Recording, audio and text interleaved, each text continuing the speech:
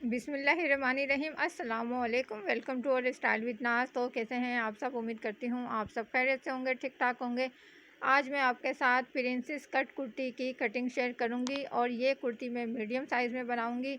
लेकिन मैं जिस तरीके से आपको इसकी कटिंग बताऊंगी, आप किसी भी साइज़ की कुर्ती को इजीली कटिंग कर सकती हैं। तो यहाँ पर प्रिंटेड फैब्रिक की कटिंग करने के लिए एक बात का ध्यान रखें कि प्रिंट का रुख ऊपर की तरफ होना चाहिए।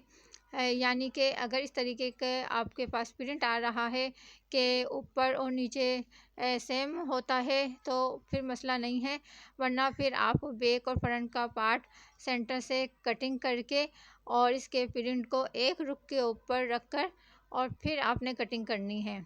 तो यहाँ पर मेरे पास जिस डिज़ाइन का ये बना हुआ है प्रिंट, तो उसमें उल्टा और सीधे का कुछ मसला नहीं था, इसलिए मैंने इसको ऐसे ही फिर डबल फोल्ड में फ़ोल्ड कर लिया। और किनारी यहाँ पर ज़्यादा चौड़ी थी, इसलिए मैंने किनारी को कट कर दिया, उसके बाद मज़ीद फ़ोल्ड कर लिया। यानी कि ये फैब्रिक अब मेरे पास 4 फोल्ड में फ़ोल्ड हुआ है और बन वाली साइड मेरी तरफ है। तो इसकी अगर मैं आपको लेंथ दिखा दूँ तो यहाँ पर आ रही है 38.5 इंच, और जिसकी ये कुर्ती है तो उसकी लेंथ के हिसाब से ये बिल्कुल सही है मेजरमेंट। आप अपनी लेंथ के हिसाब से रखिएगा। अब शोल्डर 15 इंच का शोल्डर है, तो उसका हाफ 7.5 इंच के ऊपर मैंने मार्क किया है और यहाँ से आधा इंच शोल्डर की शेप के लिए मार्क कर लिया है। और ये शेप वाला मार्क हटा के फिर 7.5 इंच के ऊपर आर्म होल की लेंथ रखी है। आप अपने अकॉर्डिंग नाप की मेजरमेंट रखिएगा। और अब मैं कमर की लेंथ का नाप लगा रही हूँ, तो 14.5 इंच कमर की लेंथ रखी है और 20.5 इंच मैंने हिप की लेंथ रख के और इन मार्क को इस तरीके से सीधा कर लिया है। अब फ्रंट की शोल्डर की मेजरमेंट करूँगी, तो उसके लिए मैंने 1.25 इंच या 1 इंच तक भी आप रख सकते हैं। अंदर की तरफ आपने मार्क करना है और मार्क करके इस तरीके से तिरछा मिला देना है। मिलाने के बाद फिर यहाँ पर आपने हल्की सी गुलाई देनी है। अच्छा ध्यान रहे कि ये अभी हमने जो प्रिंसेस कट करना है, तो उसके हिसाब से मैं गुलाई दे रही हूँ। कटिंग करने के बाद हम शोल्डर की अलग से दोबारा से मेजरमेंट लेंगे, वो आगे आपको वीडियो में समझ में आ जाएगा। अब प्रिंसेस कट के लिए यहाँ पर मैं मीडियम साइज़ के लिए 3.25 इंच तक रख रही हूँ। तो अगर स्मॉल साइज़ है तो आपने 3.5 इंच रखना है, और मीडियम है तो 3.25 तक रखना है, 4 तक भी रख सकती हैं। और अगर एक्सेल और लार्ज है तो आपने 4.5 इंच तक रखना है। तो मीडियम साइज़ के लिए मैंने 3.25 इंच के ऊपर मार्क किया है। और अब यहाँ ये जो हमारे पास हमने लाइन खींची थी तो 7.5 इंच के ऊपर थी, इसका जो हमने हाफ़ करना है, तो पहले आपने हाफ़ के ऊपर मार्क करना है और फिर 1 इंच कम करके और प्रिंसेस कट के लिए निशान लगाना है। तो जितना भी हाफ आएगा उसमें आपने 1 इंच मज़ीद कम कर देना है। अच्छा, अक्सर यहाँ पे बिल्कुल आर्म होल का जो सेंटर है ना, तो यहाँ से भी लोग प्रिंसेस कट का निशान लगाते हैं, लेकिन सही तो यह है कि इसी तरीके से आप निशान लगाएं। तो अगर बिल्कुल यहाँ पे आप इसकी कटिंग करेंगे तो वो बिल्कुल अंदर की तरफ ये हो जाएगा, लेकिन यहाँ से जो आप मेजरमेंट लेके कटिंग करेंगे तो वो बहुत ही परफेक्ट प्रिंसेस कट की शेप बैठती है। तो अब ये जो 4.25 इंच के ऊपर मार्क किया था, यहाँ से मैंने 3.5 इंच के ऊपर एक सीधा मार्क कर लिया है। तो आप जिस भी साइज़ में कटिंग करेंगी तो इसी हिसाब से आपने 3.5 या 4 इंच तक एक सीधा मार्क करना है और फिर इस तरीके से गुलाई में शेप दे देनी है। अब हमने ये दामन का देखना है कि कितना रखना है। तो मैं सिंपल कुर्ती बनाऊंगी इसकी, तो यहाँ पर मैं रख रही हूँ 6 इंच। सही है। आपने अगर यहाँ पे घेर वाली प्रिंसेस कट कुर्ती कटिंग करनी है तो उस हिसाब से आपने 9, 10 या 11 इंच तक मार्क कर लेना है। लेकिन मैं सिंपल जो कुर्ती होती है तो वही कटिंग करूँगी, तो उसी हिसाब से मैंने 6 इंच के ऊपर मार्क किया है। और फिर आपने स्केल की मदद से इन दोनों निशान को, ये कमर वाले निशान को और दामन वाले निशान को मिला देना है। अगर कुछ भी आपने पूछना हो तो कमेंट्स करके पूछ सकती हैं, और चैनल पर नए हैं तो काइंडली चैनल को सब्सक्राइब कीजिए, वीडियो को लाइक और शेयर करके रखें।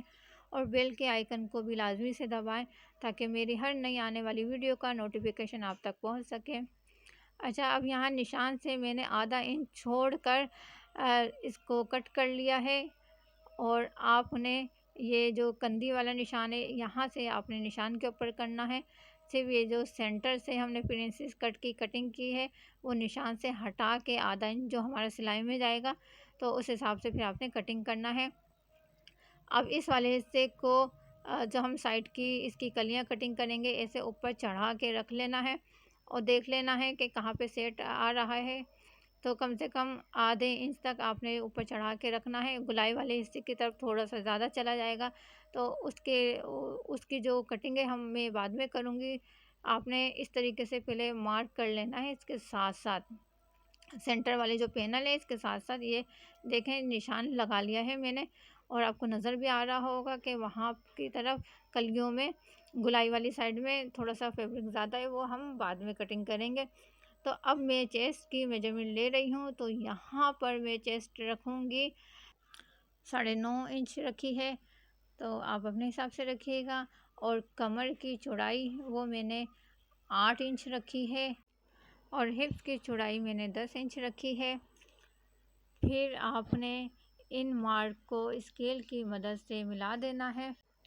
अगर आप इसी मेथड को फॉलो करते हुए प्रिंसेस कट की कुर्ती किसी भी साइज़ में कटिंग करेंगी तो बहुत ही परफेक्ट कटिंग होगी और बहुत ही ज़बरदस्त इसका लुक आएगा। और अगर आपने इस कुर्ती के दामन को बढ़ाते हुए रखना है, यानी कि थोड़ा सा आपने फ्रॉक स्टाइल में रखना है, तो फिर दामन की तरफ से आप अपने हिसाब से इसको बढ़ा सकती हैं। अब आगे स्केल रख के मैंने सिलाई के लिए मार्क कर लिया है। और यहाँ पे अब शोल्डर के लिए जो मार्क करना है, तो मैंने आपको बताया था कि यहाँ पे हम अलग से दोबारा कटिंग करेंगे। तो ये शोल्डर वाली लाइन को मैंने बिल्कुल सीधा मिला दिया है। मिलाने के बाद इस तरीके से गुलाई दे दी है। जो मैंने पहले गुलाई लगाई थी उसको मैंने हटा दिया है ताकि आप लोगों को सही से वाज़ेह हो जाए। पहले वाली गुलाई के ऊपर आपने कटिंग नहीं करनी, हमने दोबारा से यहाँ पे मेजरमेंट करनी है, क्योंकि पहले वाली गुलाई के ऊपर हम कट करेंगे तो वो शोल्डर अंदर की तरफ चला जाएगा, क्योंकि हमने सेंटर वाले पैनल को ऊपर की तरफ बढ़ा के रखा है। और फिर 1.25 इंच या 1 इंच तक आपने फिर आगे की तरफ बैक की गुलाई देनी है। अब यहाँ पर मैं सिंपल कुर्ती की कटिंग कर रही हूँ, तो इसलिए पूरा जो मैंने दामन रखना है वो मैं रख रही हूँ 24.5 इंच, यानी 25 इंच के ऊपर इस दामन की कटिंग करूँगी। तो ये जो बाहर वाला निशान है चाक का, यहाँ से दामन तक आपने ऐसी तिरछी लाइन को ड्रॉ कर लेना है। और ड्रॉ करने के बाद अब हम सिंपल इस निशान के ऊपर कटिंग करेंगे। मैंने कोशिश की है कि बहुत आसान तरीके से आपको इसकी कटिंग और स्टिचिंग बता सकूं। फिर भी अगर कुछ डाउट हो तो आप कमेंट्स करके पूछ सकती हैं। अब यहाँ पर हमारी कुर्ती की कटिंग हो गई है, तो अब सेंटर वाले पल्ले को हटा देना है।